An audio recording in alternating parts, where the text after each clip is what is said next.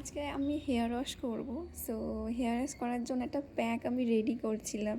তো ভাবলাম তোমার সাথে শেয়ার করি। মেবি হয়তো এই প্যাকটা হয়তো অনেকেই ইউজ করে।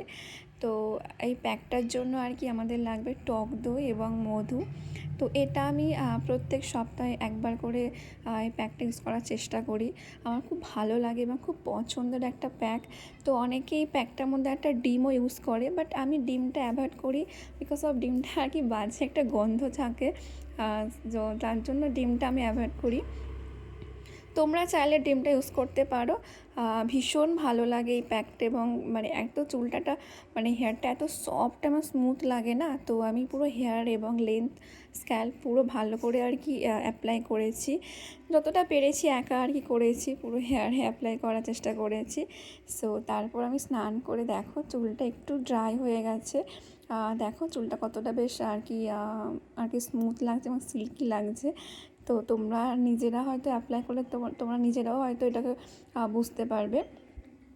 সো এই ছিল আজকের ভিডিওটা। সো তোমাদের কেমন লাগলো এই ভিডিওটা অবশ্যই জানিও। সো দেখা হচ্ছে খুব শীঘ্রই অন্য কোনো ভিডিওতে। ততক্ষণ তোমরা ভালো থেকো, সুস্থ থেকো। Tata, by.